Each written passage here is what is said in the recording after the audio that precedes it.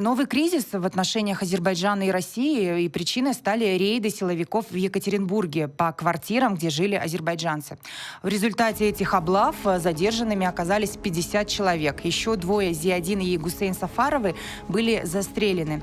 Еще несколько человек ранены и госпитализированы. Российские власти о погибших ничего не говорят, а местные структуры МВД и Следственного комитета утверждают, что задержания эти были связаны с уголовным делом об убийствах, произошедших в период якобы с 2001 по 2011 годы.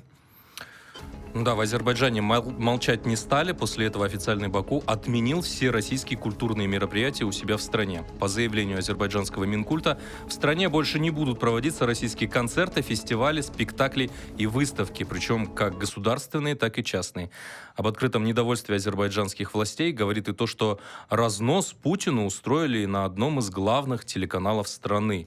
Bir zamanlar Stalin başını qaldıranın başını kəsirdisə, özü də NKVD-nin əli ilə, bugünsə Putin haqqını tələb edəni AMON-un əli ilə yox edir, başını kəsir.